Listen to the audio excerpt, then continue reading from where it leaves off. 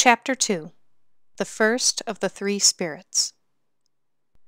When Scrooge awoke, it was so dark that looking out of bed he could scarcely distinguish the transparent window from the opaque walls of his chamber, until suddenly the church clock tolled a deep, dull, hollow, melancholy 1.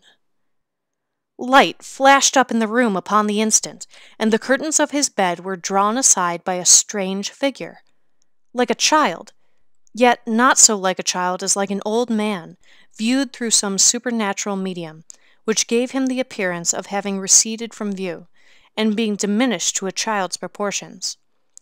Its hair, which hung about its neck and down its back, was white as if with age, and yet the face had not a wrinkle in it, and the tenderest bloom was on the skin. It held a branch of fresh green holly in its hand, and, in singular contradiction of that wintry emblem, had its dress trimmed with summer flowers.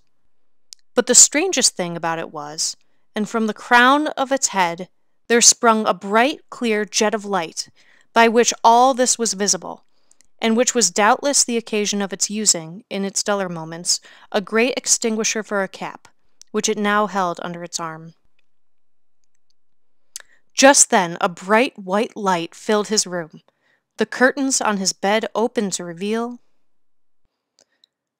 "Are you the spirit whose coming was foretold to me?" "I am." "Who and what are you?"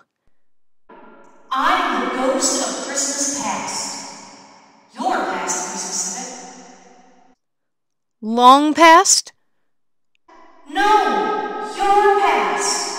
The things that you will see with me are shadows of the things that have been. They will have no consciousness of us." Scrooge then made bold to inquire what business brought him there.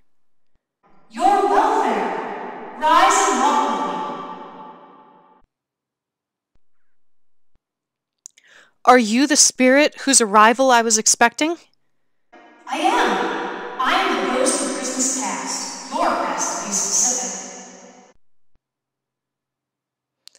"Might you put on your cap to cover the blinding light?" "You want me to cover my light so soon? You are among those who created the cap that covers my light, and who forced me to wear it."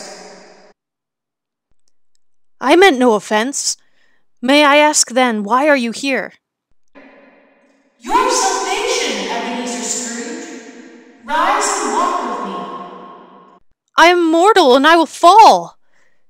"Take my hand, and you will be fine." As they flew out the window, the dark night of the city vanished. It was replaced by open country covered in fresh snow. "This is where I grew up." "Do you know the way?" "I could find it blindfolded." As they walked along the road, Scrooge recognized every gate, post, and tree. Finally, in the distance, they saw a small town. Ponies and carriages approached, filled with happy children playing. Scrooge could name every one of them. "These are the shadows of things that have been. They do not see us." "Merry Christmas!" But what Merry Christmas had Scrooge ever had?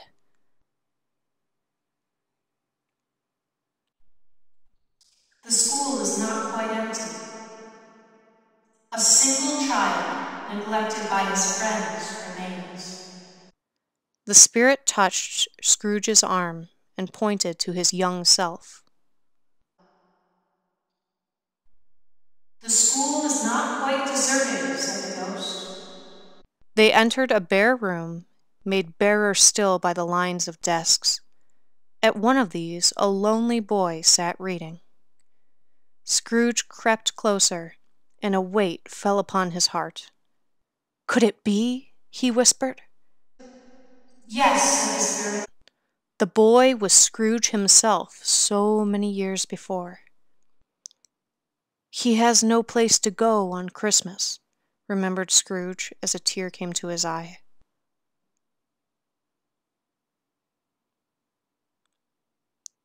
"Poor boy," having to turn to books for company. I wish... No, it's too late now. You wish what? There was a boy singing a Christmas carol at my door last night. I wish I had not scared him away. Come, let us see another Christmas of yours.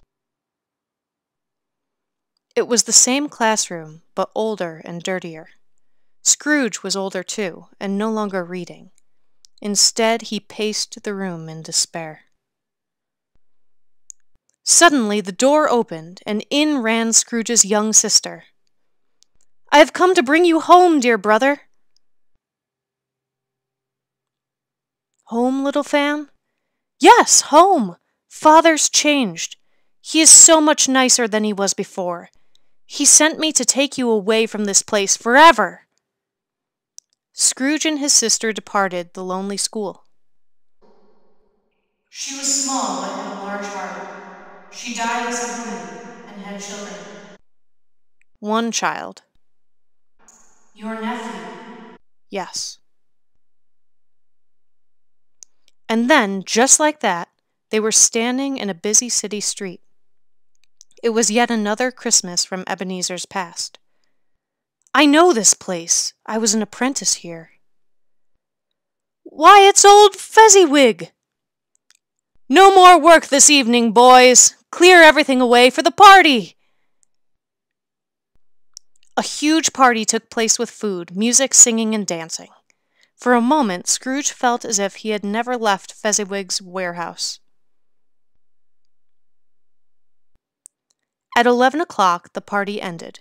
The grateful guests lined up to thank Mr. Fezziwig for a grand time.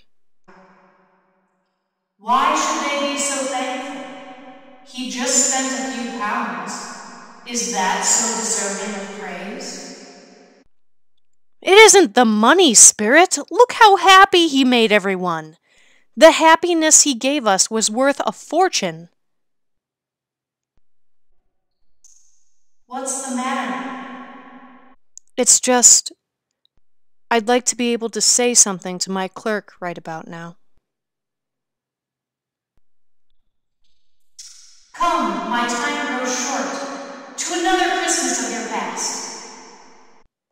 Scrooge saw himself again. This time he was older. Beside him sat a lovely young woman. "You have replaced your love for me with love for money." "There's nothing worse than poverty, and nothing better than the pursuit of wealth." "You fear the world too much. All of your hopes and dreams have been replaced by just one: money. My feelings for you have not changed. We fell in love when we were both happy and poor. You have changed, while I have not. I must release you." Have I ever sought release? Not in words, but in a changed nature. You will forget me once you go back to your money counting. Farewell, Ebenezer. May you be happy in the life that you have chosen. "Spirit, show me no more!" But one more Christmas remains. And one Christmas more the Spirit did show him.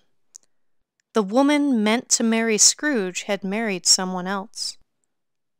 And she was very happy. "I saw an old friend of yours this afternoon, Ebenezer Scrooge. He sat in his office working by candlelight. He looked very lonely." "Spirit, take me away from here!" These are shadows of things that have been. Don't blame me. "Take me back! Haunt me no longer!" Scrooge pressed the spirit's cap, extinguishing its light. Scrooge found himself back in his own home. Exhausted, he fell into a deep sleep.